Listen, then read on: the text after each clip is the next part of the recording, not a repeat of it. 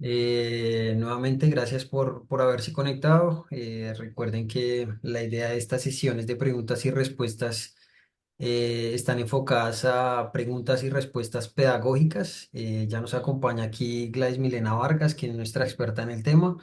Les pediría el favor que hicieran sus preguntas pedagógicas nuevamente por medio del chat, ¿vale? Vamos a estar muy pendientes a darles respuesta a las mismas. Entonces, bueno, Gladys, bienvenida. Muchas gracias por este espacio. Muy buenos días para todos. Gracias, Jonathan. Espero que estén muy bien en la mañana de hoy. Bueno, espero que hayan estudiado mucho. Los que recién se inscribieron, que empiecen a estudiar ya en forma, dedicarle para todos. Dedicarle a partir de ahora, ya no media hora, sino unos 45 minutos diarios al curso para que puedan ustedes desarrollar pues un trabajo mucho más asertivo y se preparen bien para el concurso. 45 minutos, 6 días a la semana, yo pienso que es bueno para que ustedes puedan estar listos para la prueba eh, y puedan estar organizados. Entonces, ¿cómo vamos a hacer la dinámica del día de hoy?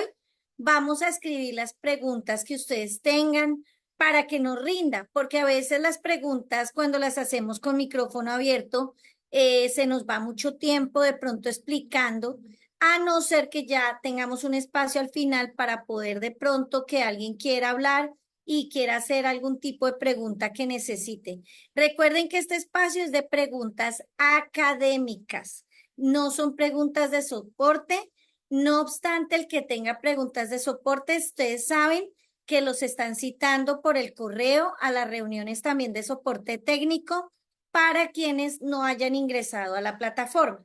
Pero antes de que empiecen a escribir en el chat que no han podido ingresar a la plataforma, quiero invitarlos, antes de comenzar, quiero invitarlos a que cuando ya hayan pagado el curso, ustedes revisen todos los correos.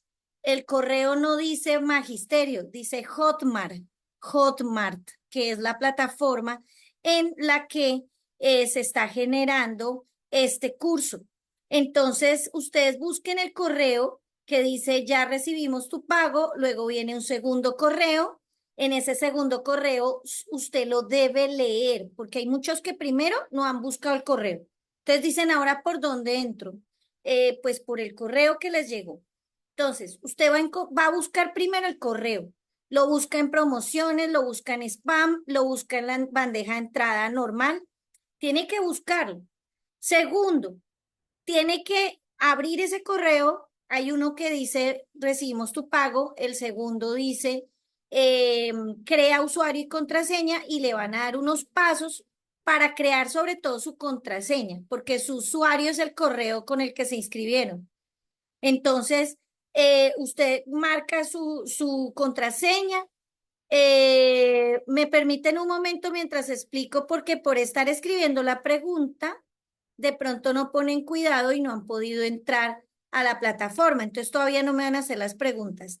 Eh, Muy importante, queridos, que les decía, para los que no han podido entrar, porque a veces el chat se me llena es de la pregunta de, no he podido entrar al curso.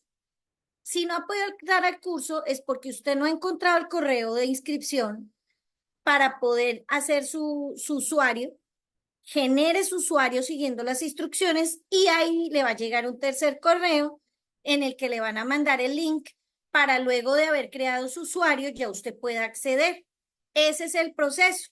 Entonces, si alguno de ustedes no ha podido ingresar porque no ha buscado el correo, pues es momento de que vaya, busque entre todos sus correos ese correo de Hotmart y haga el proceso.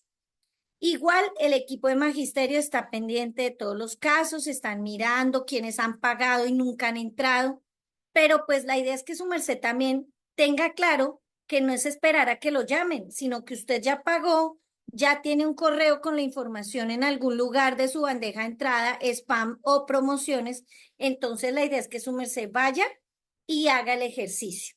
Entonces, hoy no vamos a hablar más de esa parte.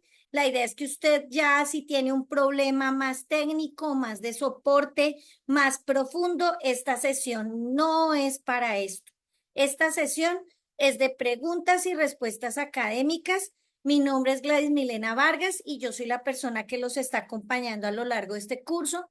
Entonces, ahora sí, voy a empezar a dar las pautas de la clase. El día de hoy les voy a pedir el favor, vamos a comenzar la clase con preguntas sencillas, pero antes de eso quiero pedirles el favor que utilicemos la debida netiqueta. ¿Qué es la netiqueta? Pues la etiqueta en el trato cordial. Entonces, yo sí hago un llamado a esto porque he tenido sesiones en las que escriben con mayúscula y mis queridos profes, la mayúscula no queda bien en los procesos de comunicación digital porque es como si ustedes estuvieran gritando o regañando. Entonces, es bueno que no escriban con la mayúscula sostenida.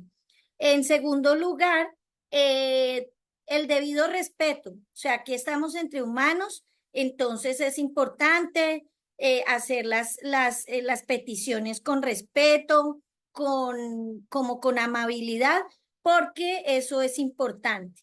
Y tercero, revisar.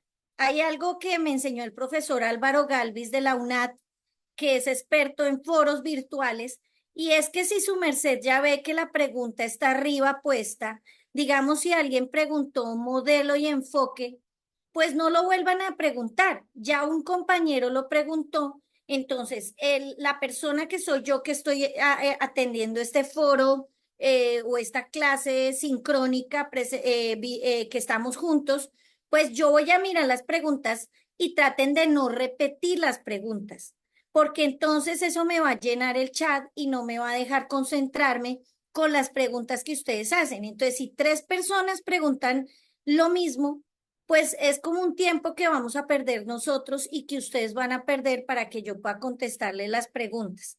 Como soy la moderadora de esta conversación, entonces les voy a pedir eso. Este es como el encuadre de este encuentro. Vamos a comenzar entonces. Tomen apuntes, tengan listo lo que me van a preguntar y comienzo a leer las preguntas a partir de este momento. Muchas gracias para todos. Tenemos acá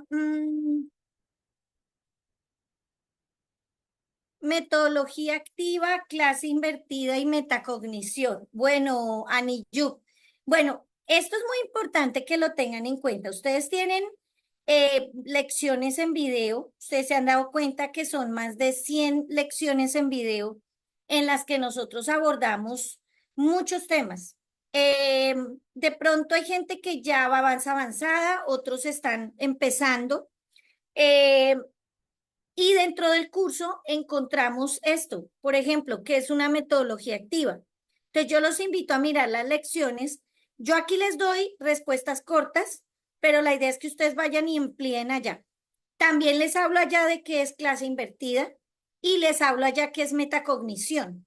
Entonces tengan en cuenta que a veces las preguntas podemos ampliarlas, enriquecer la discusión, como dice el mismo profe Álvaro Galvis, y tratar de hacer preguntas de cosas que de pronto no estén allá y que nos puedan enriquecer la discusión acá. No obstante, Aniyu, te voy a contestar.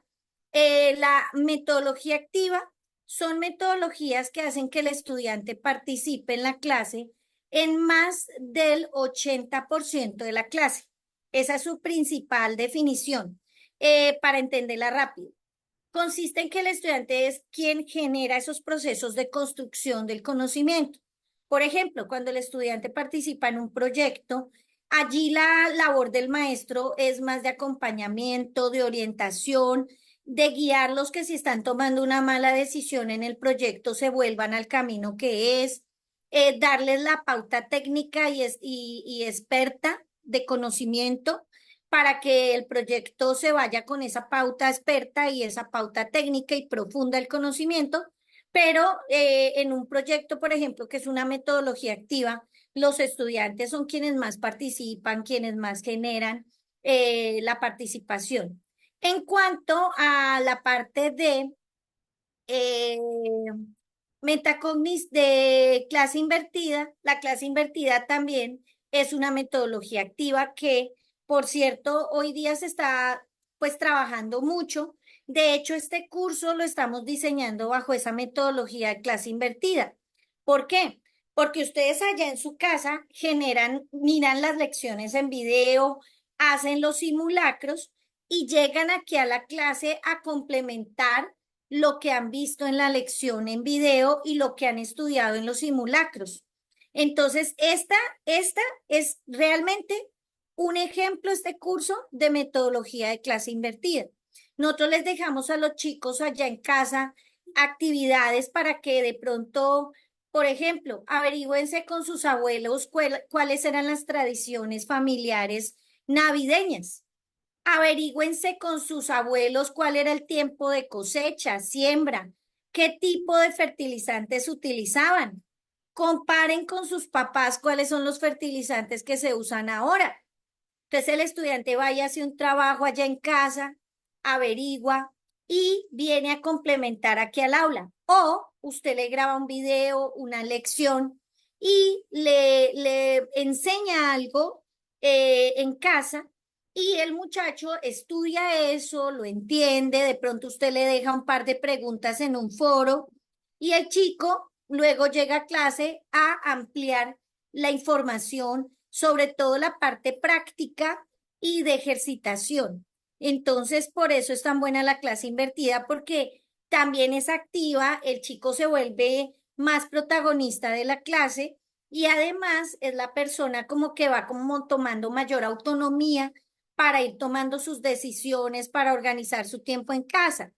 Ahora, mucha gente dice que con las jornadas extendidas, las jornadas, sí, la jornada única, no deberían dejarse tareas, pero es que estas no son tareas, estos son ejercicios cortos que el estudiante puede hacer. Uno le dice, vaya y míreme un video que yo le grabé y dura 5 minutos y ya, mírelo y piense sobre eso y cuando venga a clase hablamos de eso. Eso es parte de la clase invertida y lo podemos empezar a hacer y empezar por poquito y ya después uno va como aumentando el nivel de actividades, pero tampoco podemos exagerar y dejarle al estudiante todo el trabajo en casa y pues aquí no hacemos nada. Entonces eso también es importante. La metacognición tiene que ver con la capacidad que tiene el estudiante para poder monitorear la forma en que aprende. Entonces, lo que es la cognición es, es el proceso de aprendizaje.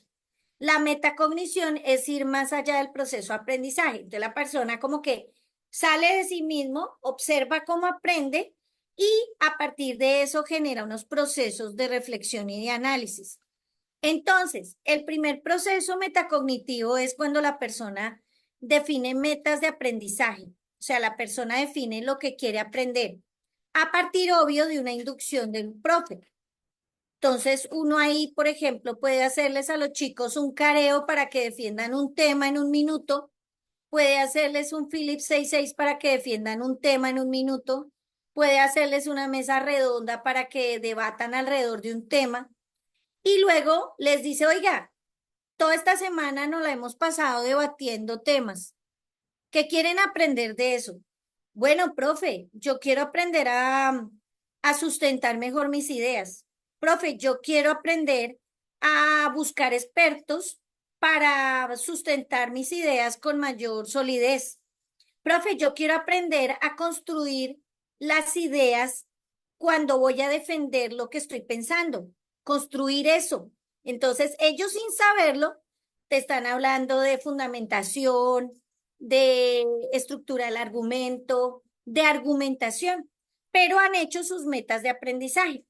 Entonces, ese es el primer paso de la metacognición, lograr que el estudiante genere sus metas de aprendizaje. El segundo paso es cuando ya el estudiante genera la, los procesos de control de eso que está aprendiendo. Es decir, él empieza a controlar cómo va alcanzando las metas de aprendizaje. Ese es el proceso. Entonces empieza a mirar cómo está aprendiendo y cómo está alcanzando las metas de lo que está aprendiendo. Luego de eso, entonces perdón un momentico.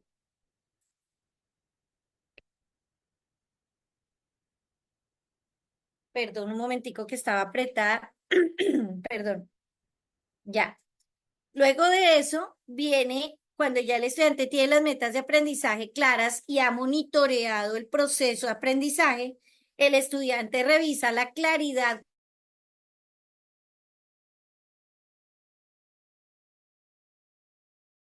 y también ese proceso de metacognición. Entonces el estudiante mira con qué precisión está adquiriendo ese conocimiento o con qué precisión está generando como los procesos de aprendizaje sobre eso que está aprendiendo.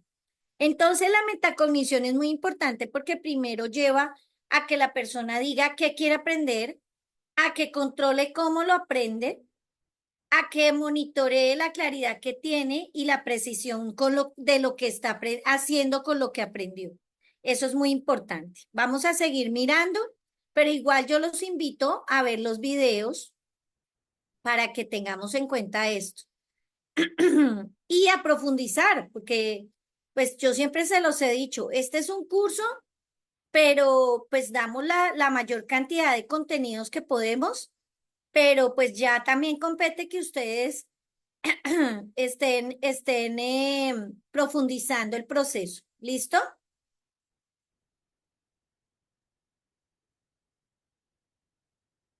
Bueno, Diana, nosotros lo que hacemos es que le recomendamos que descarguen materiales.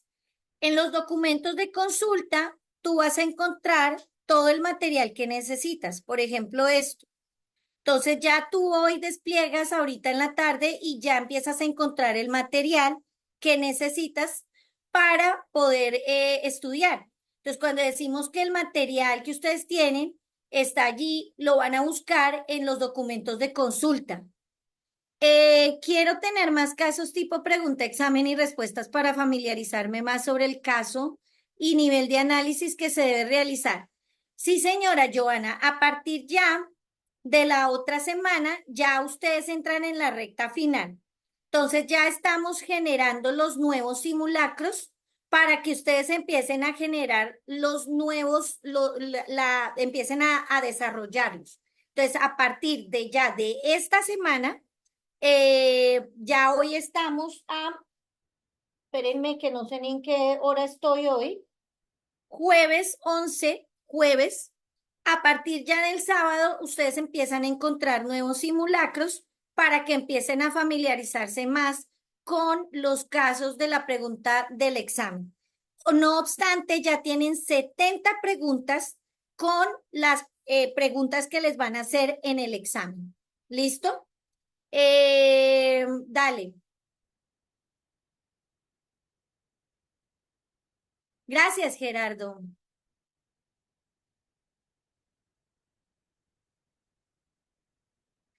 Ok, listo, Gerardo. Dice que tiene, que ya hizo el curso, que está muy agradecido y que qué normas se han emitido. Bueno, para Gerardo también. A partir del sábado ya empiezas a ver los nuevos simulacros y van a estar así pendientes de las actualizaciones que estamos desarrollando. ¿Qué normas se han emitido después de la emisión del decreto 1075 que no se compendiaron en él? Bueno, ahí hay varias normas. Hay normas que se están incluyendo. Entonces, hay decretos que se empiezan a derogar y se incluyen en el 1075. Ustedes saben que ahorita el tema está un poco en stand-by. O sea, el Ministerio de Educación, todos lo sabemos, ahorita está como en stand-by la cosa. O sea, estamos quietos y las normativas que han ido saliendo, casi todas están hasta el 2022. Unas que otras han salido al 2023. No obstante, ustedes tienen que estudiar otras normativas aparte del decreto 1075, que las hemos puesto allí. También en los documentos de consulta que ustedes encuentran en el módulo donde les colgamos los documentos de consulta. Allí van a encontrar, por ejemplo, la ley 115. Deben estudiar la ley, toda la ley de inclusión, tienen que estudiar toda la ley que tiene que ver con la parte de convivencia escolar, van a estudiar también todos los decretos que han salido y que no se han incluido en el decreto 1075. Por ejemplo, en este momento el 1422 me viene a la cabeza que es el decreto de preescolar y así todas las normativas que ustedes van teniendo a la mano. Entonces nosotros lo que hemos hecho es que estamos recogiéndolas. Por ejemplo, uno que ustedes deben estudiar y que lo deben tener muy claro es el manual de funciones, por ejemplo. El manual de funciones de los docentes es la resolución que salió el 22 de marzo del 2022. Espérenme, ya les doy el número. Tanta información que ya manejo yo que ya se me dan hasta los números. Es la resolución 3842 del 2022. Esa es súper importante que ustedes las manejen porque es el manual de funciones, requisitos y competencias para los cargos de docentes del Sistema Especial de Carrera Docente. Entonces ahí, por ejemplo, a ustedes les dicen, y eso es algo que ustedes tienen que estudiar una y otra vez, y es saber cuáles son sus funciones. Entonces ustedes tienen que tener claro porque el evaluador qué hace. O sea, ustedes saben que yo he sido evaluadora en varios procesos en República Dominicana, aquí mismo, con algunas universidades, por ejemplo, he estado con UniNorte y con otras universidades, y cuando hacemos este tipo de pruebas estandarizadas, también con entidades como el Laboratorio Latinoamericano de Evaluación, uno lo que hace es que genera una mirada a las normativas. Entonces, si a mí me dicen para un concurso, por ejemplo, ahorita el de la Contraloría, estas son las funciones de tal encargado o de tal profesional o de tal asistente, pues uno como evaluador entra a mirar las normativas y las funciones propias de ese cargo y a partir de ahí entra a hacer las preguntas. Entonces, por ejemplo, para los simulacros, uno, por ejemplo, les hace preguntas basadas en el manual de funciones del docente, ¿sí? Para, por ejemplo, permítanme un momentico, para, se me fue, se me perdió, ya. Entonces, eso es muy importante que lo tengan en cuenta. El manual de funciones del docente es fundamental para que ustedes se sepan cada una de sus funciones. Muchas veces uno no sabe cuáles son las funciones propias del docente y es docente. Entonces, es importante que usted sepa todo lo que cubre, todo lo que le pueden preguntar alrededor de eso. ¿Listo? Bueno,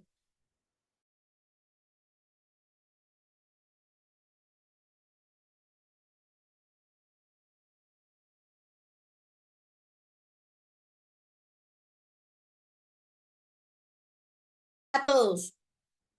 Cuando hablamos de evaluación, nosotros podemos hablar de evaluación de acuerdo con los actores. Por ejemplo, evaluación de acuerdo con los actores es cuando generamos autoevaluación, heteroevaluación y coevaluación.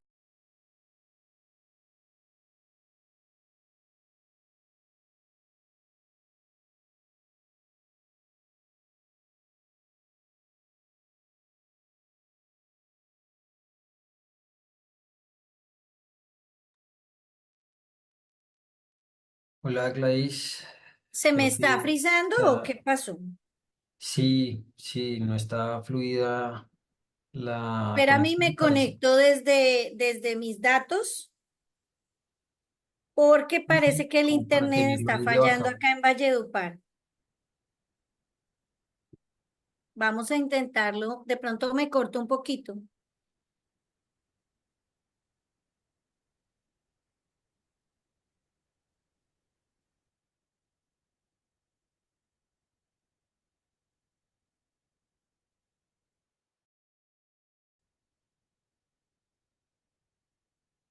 Aló, aló, ¿me oyen? ¿Ahí me están escuchando bien? Sí, señora. ¿Ya como que mejoró o no? Sí, sí, sí, señora. Ya me estoy conectando aquí con mis datos. Esperen acá. Enchufamos el celular para que no se nos descargue. Y listo. Sí, estaba viendo como avisos de conexión inestable. Listo. ¿Desde cuándo no me escucharon? ¿Desde Desde la febrero, pregunta, decía Mafalda, o desde ahorita la evaluación formativa y sumativa? sí, desde la evaluación formativa y sumativa, sí, señora. Listo, perfecto. Bueno, mis profes. Bueno, ahí está el tema de la estabilidad del Internet, así que bueno, vamos a retomar. Entonces, Diana pregunta, agradezco si pueden aclarar la diferencia entre evaluación formativa y evaluación sumativa. Claro que sí.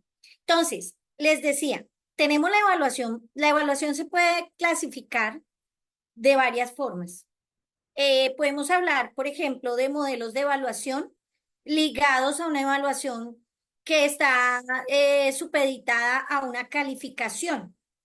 Entonces, cuando hablamos de calificación, pues lo que nos interesa es el número y lo que saca el estudiante en esa calificación. Entonces, ahí nosotros, pues, entramos a una evaluación igual a calificación que, pues, obviamente está supeditada a lo cuantitativo. Pero también hay una evaluación cualitativa que a nivel general es una evaluación que es más para formar que para calificar.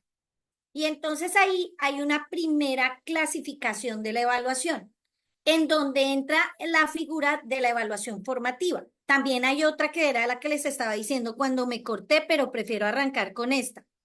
Entonces, hay una parte o una clasificación en la que la evaluación es o calificativa o formativa. ¿Cuál es lo ideal? Lo ideal es que el profe pueda conjugar lo de calificar con formar. Entonces, la evaluación sirve para calificar y sacar notas porque obviamente usted y yo pues tenemos que entregar calificaciones de los estudiantes y decir cuánto sacaron, cuánto no sacaron y pues obvio eso toca porque entonces cómo más damos el tema de la promoción y obviamente entonces su merced tiene que dar calificación, pero de la mano con ella debe dar formación, una evaluación que forma, una evaluación que acompaña al estudiante, una evaluación que busca es que se le den las oportunidades al estudiante de acuerdo con los estilos de aprendizaje que tiene, con las maneras en que aprende, que sabe quién es el estudiante, conoce al estudiante y entonces con base en eso evaluamos.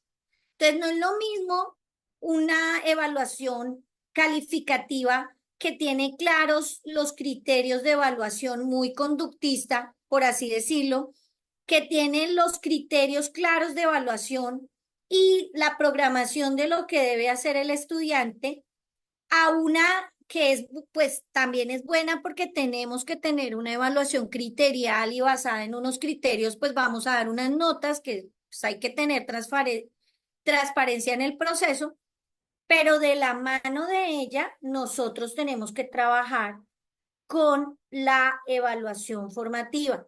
Y entonces es cuando acompañamos al estudiante, generamos un proceso de mirar cuáles son esas pautas que debo seguir para orientar al niño que va mal, al que va muy bien y ayudarlo a que siga avanzando. Porque como ustedes saben, uno tiene a los estudiantes como cuando uno sube una montaña. Unos estudiantes están empezando a subir la montaña, otros ni han empezado a subirla, ni quieren subirla, ni tienen la menor intención porque no quieren o no pueden. Otros ya la empezaron a subir, otros van en la mitad de la montaña y otros ya llegaron a la cima de la montaña y otros ya la subieron 2 veces. Entonces ahí entra la evaluación formativa. ¿Usted los va a calificar a todos igual? No, hay que mirar los casos. Entonces, ahí es donde está el rol del maestro desde lo formativo. Y también la evaluación formativa es una evaluación que forma y permite que el estudiante pueda, con la ayuda del docente, reconocer sus errores y aprender desde la didáctica del error. Entonces, eso es muy bonito porque el profe, a partir de preguntas orientadoras, yo siempre les he dicho que lean los libros del arte de saber preguntar y otros que se han publicado, que son maravillosos para los profesores. Anótenlo ahí, el arte de hacer preguntas esenciales, se llama el libro, me parece maravilloso y todo maestro lo debería leer. Entonces, a partir de la pregunta, o de pronto decirle, oye, y si lo haces de otra forma, ¿no se te ocurre otra manera de hacerlo? Llevar al niño a hacer las cosas o al muchacho desde otros caminos. Ayudarle a que si está cometiendo un error, descubra cuál es el error y trabaje a partir del error para no volverlo a cometer. Eso es evaluación formativa.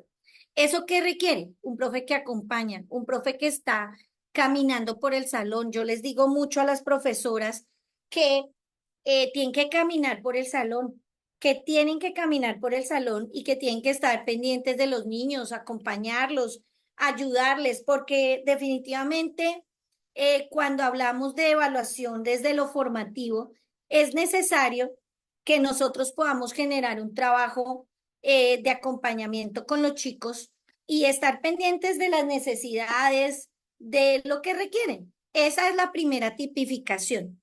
La segunda tipificación es cuando hablamos de una evaluación que permite que el estudiante se le evalúe a partir de unos momentos de la evaluación. Y entonces ahí conocemos la evaluación diagnóstica, la evaluación formativa, la evaluación final, que ahí nosotros sabemos y lo manejamos mucho, entendemos que la evaluación diagnóstica permite ver cómo vienen los chicos, cómo se están formando anteriormente, qué presaberes traen, qué saberes errados traen, que eso también hay que mirarlo muy bien, porque a veces los chicos traen errores. Por ejemplo, yo siempre pongo el ejemplo de inglés, que dicen, el niño viene con la palabra manzana en inglés y en algún momento de la vida le enseñaron apple y no es apple, es apple.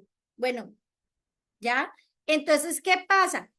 Que la profe tiene que detectar eso para que el niño pueda desaprender y aprender.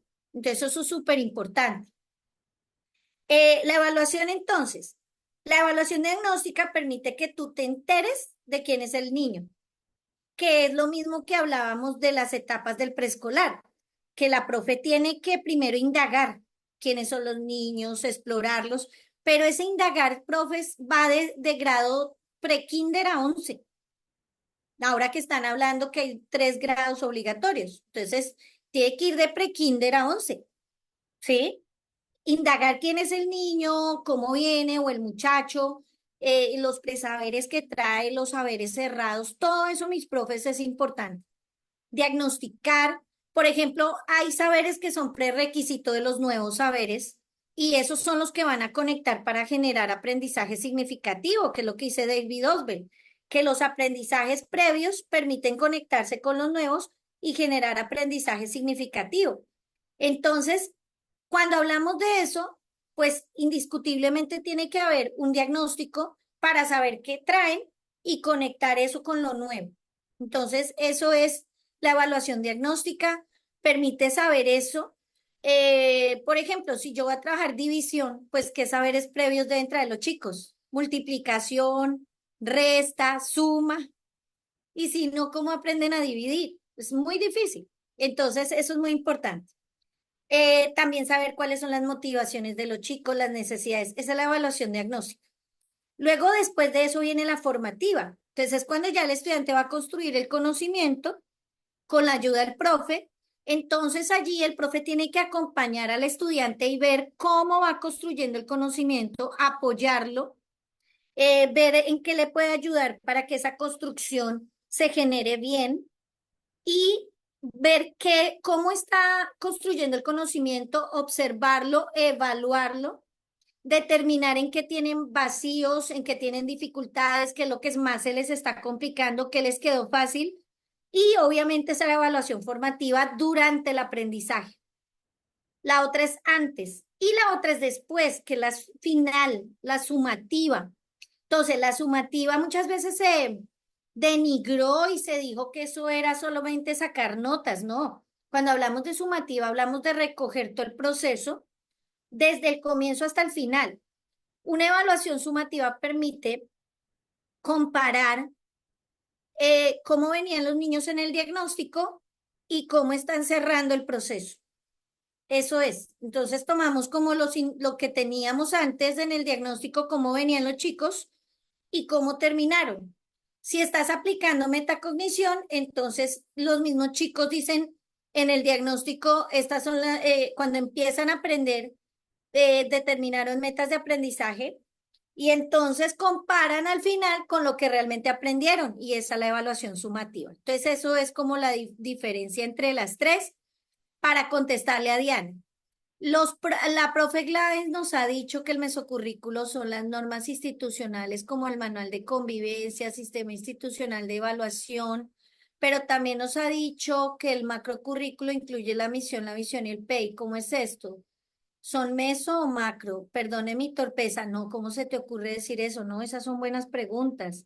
Además, porque el tema del macro, meso y microcurrículo es un tema complejo, o sea, es un tema complejo que no es tan fácil de explicar y de entender. O sea, a mí me costó trabajo y lo vine a entender después de muchos años, o sea, realmente.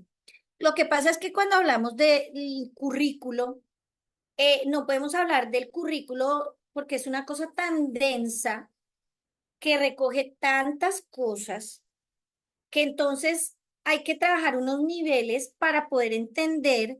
eh, para poder entender cómo organizar el currículo institucional. Entonces, en ese orden de ideas, el macrocurrículo comprende todo lo que viene de afuera. Escuchen bien, macro, la nación, macrocurrículo. Entonces, ¿qué es ese macrocurrículo? Lo macro, lo grandote. Entonces, el macrocurrículo recoge todo lo que trae la nación y la nación que nos trae, las normativas que trae el Ministerio de Educación Nacional. Entonces, dentro de esas normativas tenemos, por ejemplo, la Ley General de Educación que debemos cumplirla. O sea, lo macro que debemos cumplir.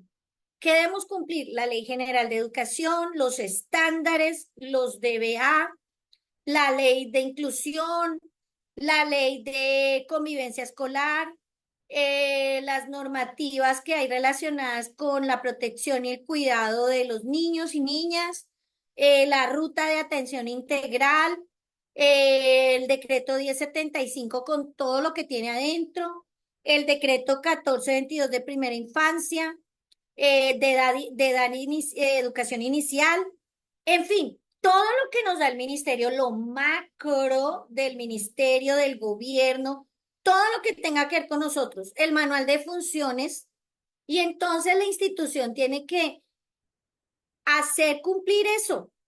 O sea, ¿quiénes? El rector, el coordinador, los profes. Debemos hacer cumplir esas normativas en la institución y debemos cumplirlas porque esta es la manera como el ministerio pues regula qué ocurre en las escuelas. ¿Tú te imaginas donde todo el mundo enseñara lo que quisiera? Pues sería una locura. Mm, Ahora uno le da un plus y bueno, las regiones tienen sus propias cuestiones culturales, sociales y se les da el plus, pero hay que unificar criterios. Eso es el macro, pero el macro, además de lo grande de la nación, tiene lo institucional, lo macro institucional. ¿Qué es lo macro? El gran horizonte institucional. Entonces, en la institución desde lo macro, lo más grande es el proyecto educativo institucional y su horizonte, el horizonte lo más grande, porque a partir del horizonte se hace el resto. Entonces, sí, ahí si yo voy a generar currículo, tengo que generar currículo desde la misión, desde la visión, desde la filosofía institucional, desde los objetivos estratégicos, desde las metas, desde los principios y valores de esa institución. Entonces, eso es lo macro. El mesocurrículo es ya tomar eso macro y concretarlo en la propuesta institucional, sea la propuesta pedagógica y la propuesta convivencial, la propuesta administrativa. Entonces, esos elementos eh, permiten que nosotros podamos generar un trabajo ya, una propuesta que es única, que solo la tiene su colegio y que baja lo macrocurricular a una propuesta contextualizada total. Entonces, el mesocurrículo Es en la matrix donde está descrita la institución, donde se baja lo nacional y lo institucional macro a ese contexto específico de esa comunidad y de esos estudiantes. Y entonces allí esa propuesta va a estar construida a partir del modelo, el enfoque, los estilos metodológicos, el sistema institucional de evaluación, el manual de convivencia, el plan institucional de orientación escolar, los proyectos de área, las mallas, eh, las pautas desde las áreas en los proyectos de área o planes, todo eso tiene que ver ahí. Y el micro ya tiene que ver con la parte de lo que de ese meso y macro currículos se baja a la clase, al aula y al patio. Entonces, ¿cómo se aplica ya el manual de convivencia? ¿Cómo se aplica el sistema de evaluación? ¿Cómo se aplica el modelo, el enfoque? Eso es los niveles de concreción curricular. Entonces, no lo podemos limitar a papeles, pero sí lo podemos estar viendo de una manera mucho más amplia. En el DUA nos ha hablado de muchas cosas, las entiendo todas, que bueno, eso fue nuevo para mí, me falta entender algo. ¿Qué son estudiantes asimiladores y acomodadores? Perdón, nuevamente me ignora. No diga eso, Gerardo, hágame el favor. Bueno, no, aquí no hay nadie que tenga ignorancia, no, señor, lo que pasa es que todos estamos aprendiendo. Si ustedes a mí me hablan de cálculo, de derivadas integrales, bueno, entonces unos sabemos unas cosas, otros sabemos otras, pero todos somos sabios a nuestra manera. Lo que pasa es que sabemos unas cositas menos que otras, pero eso no quiere decir que seamos así, no, señor. Entonces, esa pregunta está muy buena. Anoten ahí, Kolb, Kolb. Kolb habla de cuatro estilos de aprendizaje, cuatro personas, tipos de personas de acuerdo a la forma como aprenden. Entonces, nosotros podemos hablar de los convergentes, los divergentes, los asimiladores y los acomodadores. Entonces, cuando hablamos, por ejemplo, nosotros de personas que son más asimiladoras y acomodadoras, entonces cuando hablamos de asimilador, es una persona que es muy reflexiva, que está analizando mucho las situaciones, es una persona que está mirando desde adentro y luego proyecta, o sea, analiza lo de afuera, hace introspección y luego proyecta hacia afuera. Es una persona muy reflexiva, ¿cierto? Y recibe mucho de lo de afuera y luego da sus ideas hacia afuera. El acomodador, en cambio, es más práctico, acomoda las situaciones, se ajusta, es más técnico, es el que organiza rápido, el que entiende rápido y dice, listo, vamos a acomodar esto, usted haga esto, usted haga esto. No, aquí el profe lo que nos está pidiendo es esto. En cambio, el reflexivo entra a mirar muy bien, a observar la situación, a analizar y dice, no, momentico, vamos a ir más a profundidad, pensemos realmente qué es lo que nos están solicitando a profundidad, ¿cierto? Y entonces, de acuerdo con esas formas de ser, nosotros podemos organizar nuestras clases. Tenemos que darles oportunidades a los convergentes, a los divergentes. El que converge es más teórico, ¿cierto? El divergente es más activo. El que converge, por ejemplo, es más como de sacar como conclusiones, como más teórico, conceptualizar. El divergente es más amplio, él entiende más desde lo global, es más activo que los otros, ¿ya? Es líder también. Entonces, eso ayuda mucho a entender que, por ejemplo, yo no puedo, teniendo en cuenta el diseño universal de aprendizaje, yo no puedo poner a trabajar a cuatro que son reflexivos en un grupo, que son asimiladores, porque se me van a quedar todo el tiempo reflexionando o a cuatro acomodadores en un grupo porque se me van a quedar todos en lo pragmático, en lo técnico Y bueno, ¿dónde está el tema de la reflexión, la teorización y el liderazgo para poder tomar decisiones que dan los otros tres estilos? O sea, el asimilador, el convergente y el divergente. Entonces, lo que tienen que hacer ustedes es que primero detectar los estilos de los estudiantes. Uno va viendo, uno dice, bueno, este es más calladito, es de los que les gusta observar y luego dice las cosas. Este es más activo, más líder, más pavo real, más protagonista, le gusta salir a exponer, a decir las cosas. Este otro es más práctico, toma decisiones, técnico, organiza, gestiona, ejecuta, ¿sí? Entonces, con base en eso armamos los equipos y eso ayuda mucho en el DUA y las actividades lo mismo. Entonces tenemos que hacer, digamos, una actividad de 10 minutos para reflexionar profundamente desde la asimilación, o luego podemos hacer una actividad más práctica desde la acomodación, otros 10 minutos.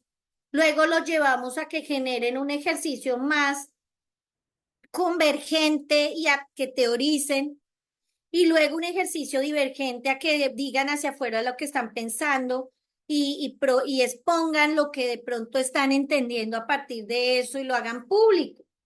Entonces, eso es muy importante que lo tengamos en cuenta porque el diseño universal de aprendizaje lo que quiere es que nosotros en todas las instituciones lo apliquemos y permite que entendamos esos estilos de aprendizaje y podamos crear actividades y técnicas que permitan que el profe haga cambios de clase y haga actividades variadas de acuerdo con el estilo de cada persona.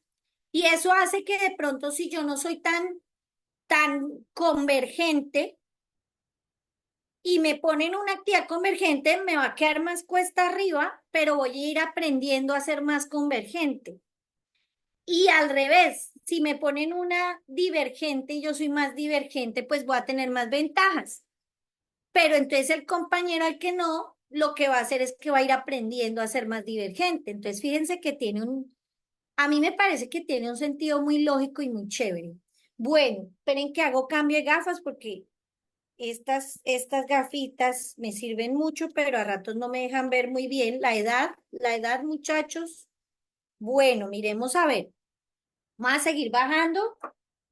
Está chévere la charla. Esto está bueno, aunque ustedes no hablan mucho aquí porque me toca guiarlos a través del chat para que nos rindan. ¿Quién hace el PR? El docente de aula, la docente de apoyo, los directivos. Es un trabajo interdisciplinar, pero lo lidera el docente de aula. El director de grupo lo lidera junto con otras personas, con los orientadores, los docentes de áreas, el equipo de afuera, pero obvio, pues hay que organizarse. Hay instituciones que se organizan y ponen al docente director de grupo o a un docente que se caracterice de pronto por esto y le quede más fácil, pero normalmente lo ideal es que sea el director de grupo que va recogiendo todo y a partir de ahí, pues todos vamos aportando desde las áreas. Entonces, ¿cómo trabajan conmigo en español? ¿Cuáles son las pautas que dieron las terapeutas ocupacionales externas, el psiquiatra, el médico físico, el médico internista? Y a partir de ahí, pues nosotros vamos organizando. Ah, bueno, y luego sí se le entrega a todo el mundo, pero es como que entre todos lo hagamos y ya la versión final la repartimos con todos. Listo, pero lo hacemos juntos. Tranquilo, mi profe, no se preocupe. Bueno,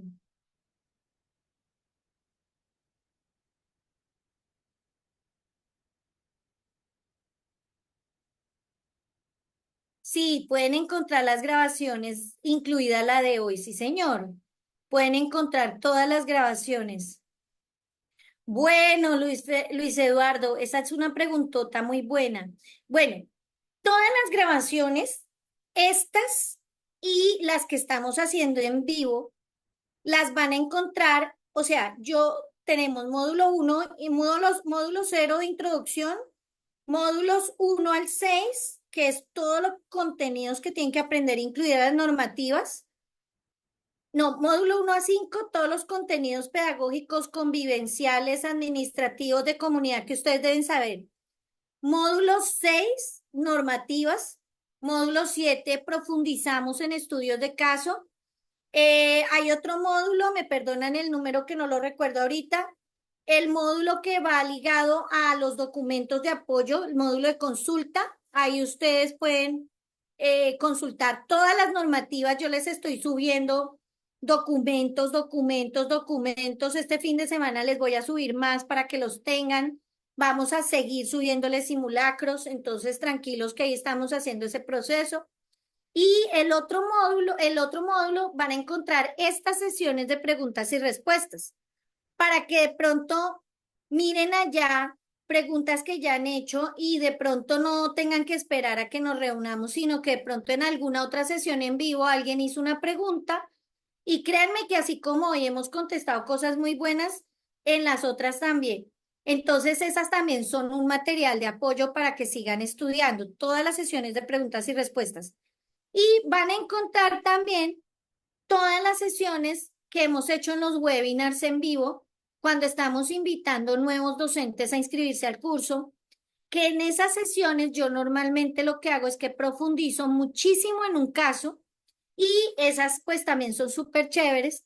Entonces, por ejemplo, hay una, ahorita la última está buenísima para que ustedes entren y la miren y entonces todas esas las tienen que ir viendo. ¿Cuál es el orden de estudio? Primero, eso sí, el módulo introductorio.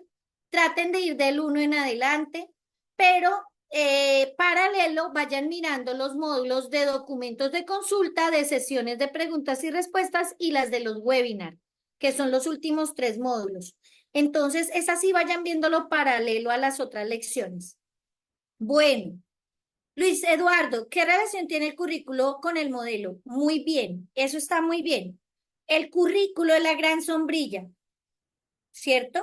Entonces el currículo tiene inmersos la filosofía institucional, las políticas públicas, la propuesta pedagógica, el microcurrículo, ya los formatos de lo que hacemos en aula, cómo planeamos todo. O sea, el currículo es toda la esencia institucional, la matrix institucional, y entonces él converge lo macro, lo meso y lo microcurricular y entonces, dentro de la propuesta mesocurricular está el modelo pedagógico ahí insertado. Esa es la relación que tiene. Bueno,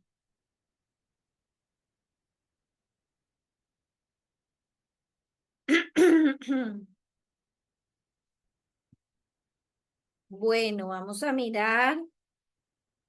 Bueno, el enfoque psicosocial en el campo educativo. Pues un libro en sí no, yo creo que puedes entrar a estudiar a Vygotsky. Vygotsky es quien más ha trabajado el enfoque psicosocial. Yo creo que le da una mirada interesante al respecto. Entonces, si quieren seguir profundizando en el enfoque psicosocial, pues estudiense todo el modelo histórico-cultural y la propuesta que genera Vygotsky para que puedan desarrollar una profundización en torno al enfoque psicosocial. Allí entran elementos como la zona de desarrollo próximo, el papel del docente como líder y la influencia en los estudiantes, la influencia de aprender del compañero y del adulto, la influencia que tiene el aprender a partir de lo que los demás me dan. Entonces yo creo que Vygotsky es como el que más nos da la mirada de lo psicosocial. Tenlo en cuenta ahí. Bueno, los estándares, entonces, esta pregunta está muy buena. ¿Podrías definir la relación entre DBA y estándares? Pues muchos docentes dicen que al haber DBA no deben tenerse en cuenta los estándares y o viceversa. También se habla sobre currículo sugerido, entonces son varios documentos que nos tienden a confundir a la hora de ser tenidos en cuenta. Bueno, eso es muy importante que lo tengan en cuenta.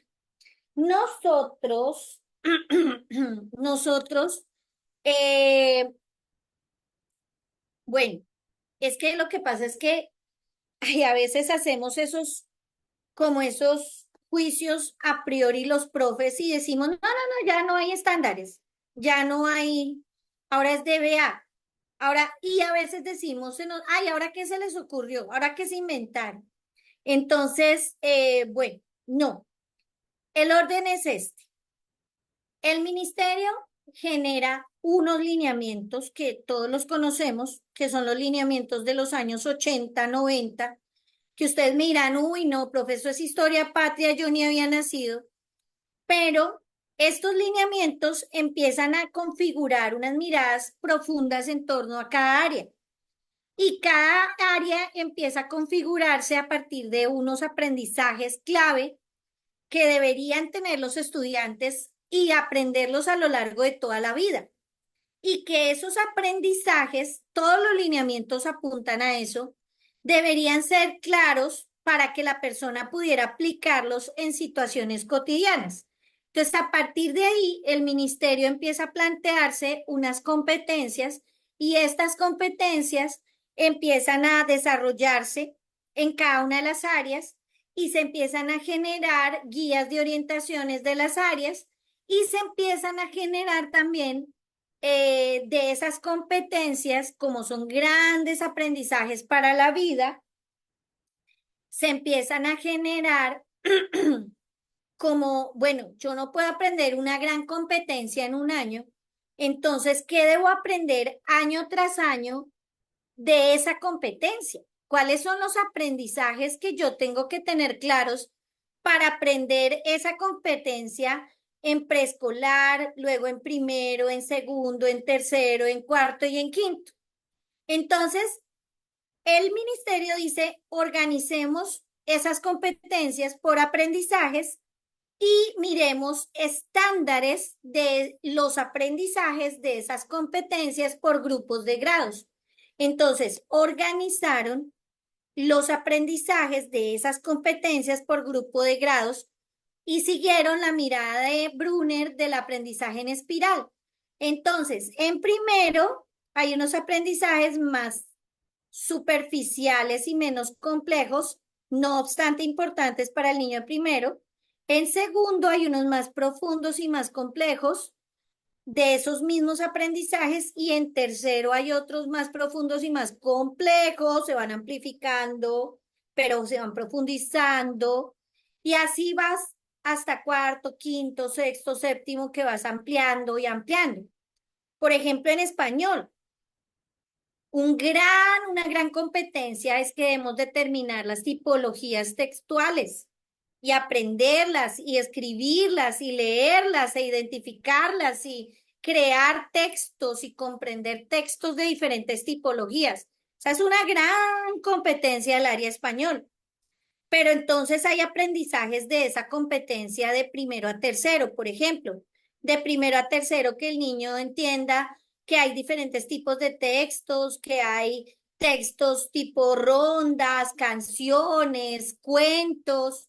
Ya en cuarto y quinto que ya entienda que hay textos descriptivos, que hay textos narrativos en sexto y séptimo que aprenda que ya hay textos informativos, expositivos, y ya en octavo y noveno que conozca ya más a profundidad los descriptivos, que mire los tipos de textos descriptivos, los narrativos más a profundidad, los expositivos y los informativos más profundamente, y ya empiece a ver texto argumentativo.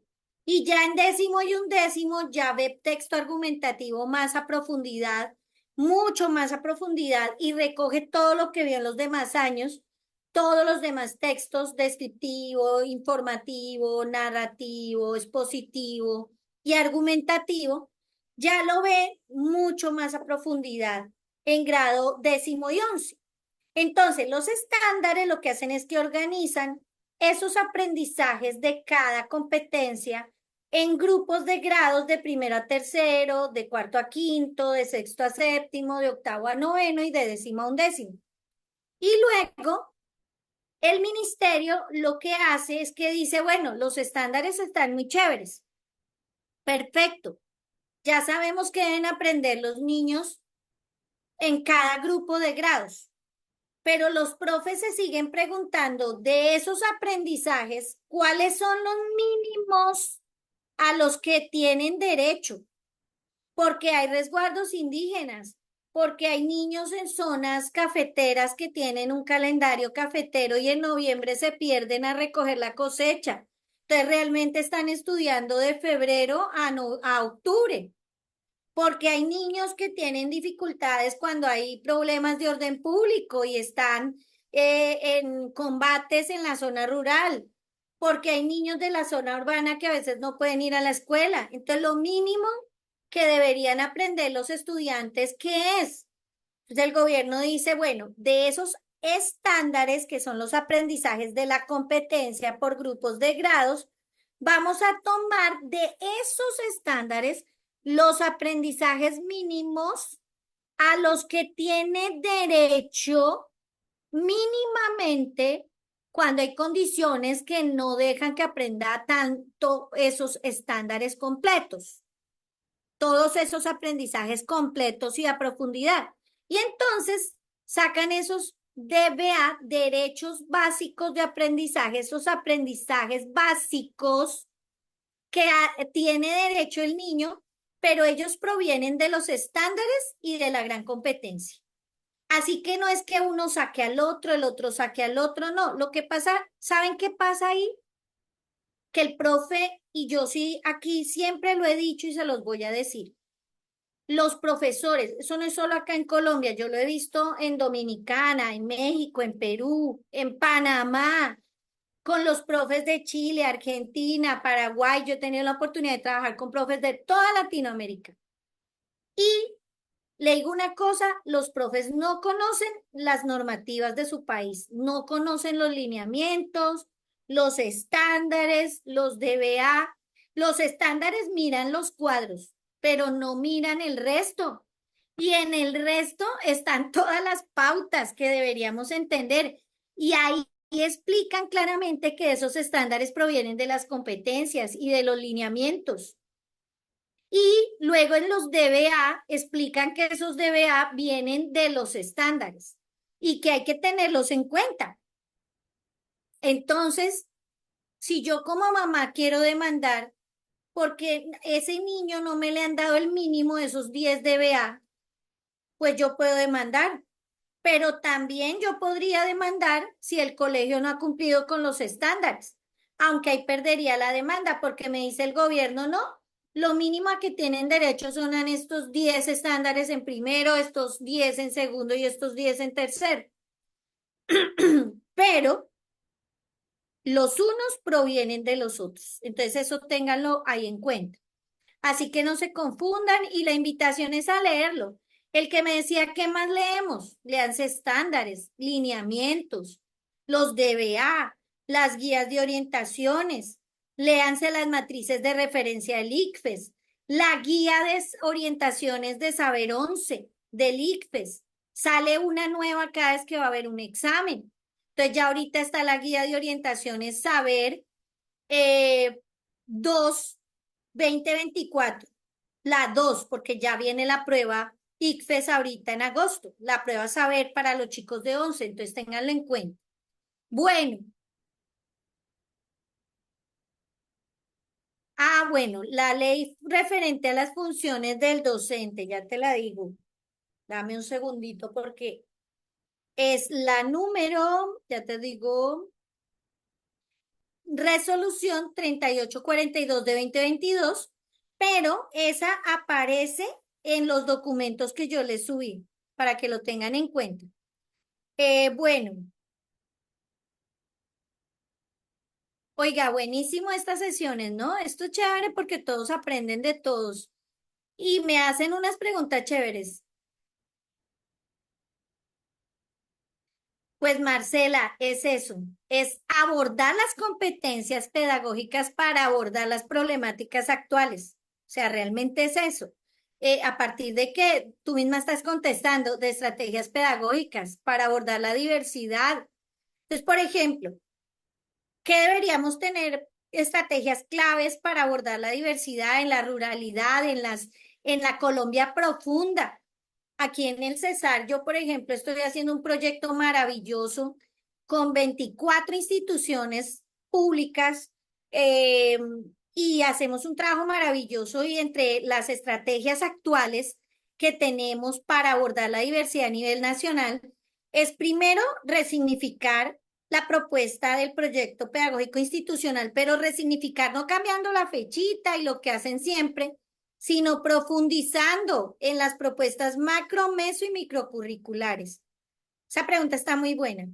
Segundo, trabajando con la comunidad de la ruralidad en la planificación de las clases. ¿Por qué? Porque el profesor rural trabaja con multigrado. Entonces el profe tiene que aprender planificación vertical, perdón, vertical multigrado y horizontal interdisciplinar. Entonces se crea como una X con dos ejes, un plano con dos ejes, y allí nosotros trabajamos con ellos toda la parte de cómo yo logro la interdisciplinariedad entre las asignaturas para trabajar con los grupos de grados en las mesas y cómo tengo espacios en común con todos para trabajar la verticalidad y trabajar desde la espiral de Brunner, que si estamos viendo, por ejemplo, algo sobre el ecosistema, entonces puedo trabajar en gran grupo con los niños de preescolar, primero, segundo, tercero, cuarto y quinto. Puedo trabajar, por ejemplo, la parte de el agua, el suelo y la tierra con los de primero en gran grupo. Hago una actividad que cubra todo, todos los grados en vertical. Y entonces yo les digo a los profes, tú tomas lo que tiene que ver el niño en primero, en segundo, en tercero, en cuarto y quinto con la espiral de Brunner. Entonces, ¿qué tienen que hacer en primero? Agua, tierra y suelo. En segundo, factores bióticos y abióticos. En tercero, ecosistemas. Pongámoslo hasta ahí. Entonces, unimos primero, segundo y tercero.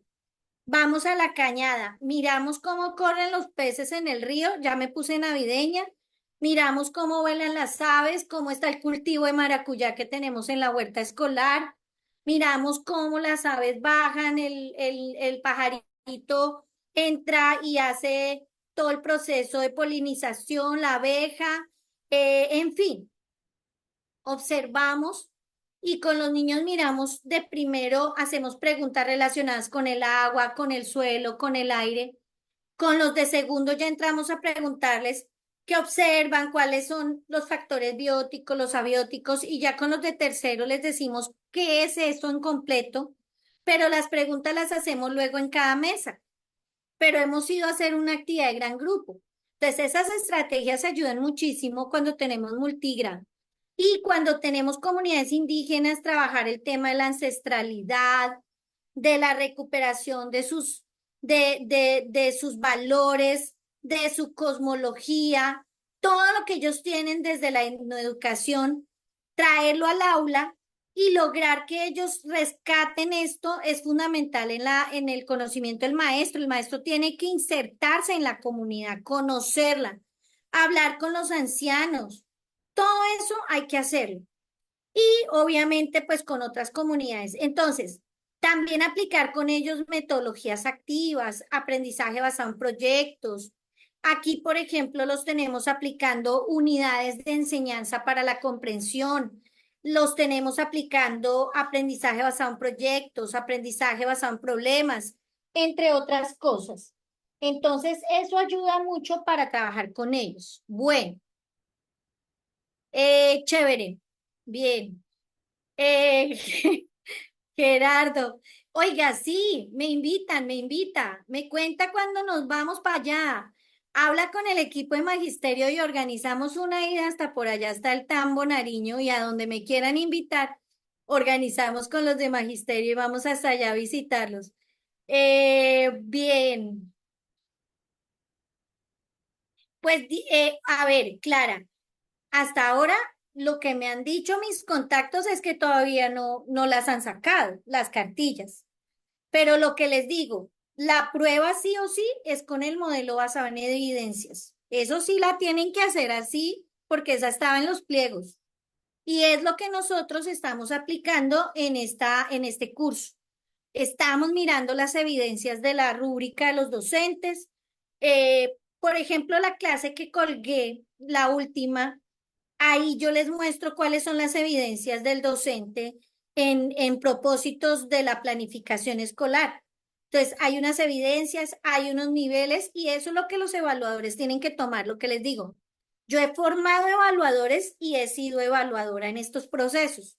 Entonces, sí o sí, para cumplir con el objeto de contratación, ellos tienen que utilizar el modelo basado en evidencias para evaluar sus competencias y tienen que poner casos de la vida real. Entonces, pues bueno, esperemos que ojalá la saquen. Igual nosotros estamos haciendo ya un gran contenido de simulacros para que ustedes se sigan retroalimentando durante todo este tiempo. Tenemos hoy 45 días a la prueba. Así que pues estén listos ya a partir del sábado. Empiezan a salir las nuevas preguntas, los nuevos simulacros para que ustedes se pongan pilas y se pongan a seguir fortaleciéndose. Chévere. No, gracias a ustedes por estar acá. Bueno, mis queridos, oiga, este grupo tan chévere que hemos trabajado el día de hoy, esas preguntas tan buenas de ustedes, todo esto es investigación pedagógica. Esto es investigación pedagógica. Yo en los últimos años estoy haciendo, pues yo llevo ya desde el 2005 formando maestros. Empecé a ser maestra de primer grado, fue mi primer cursito en el año 89 y de hecho le enseñé a leer y a escribir a mi hermana menor, que hoy día tiene como 30 y pico de años. Eh, y ese fue como mi estreno en la vida de maestra en el año 88.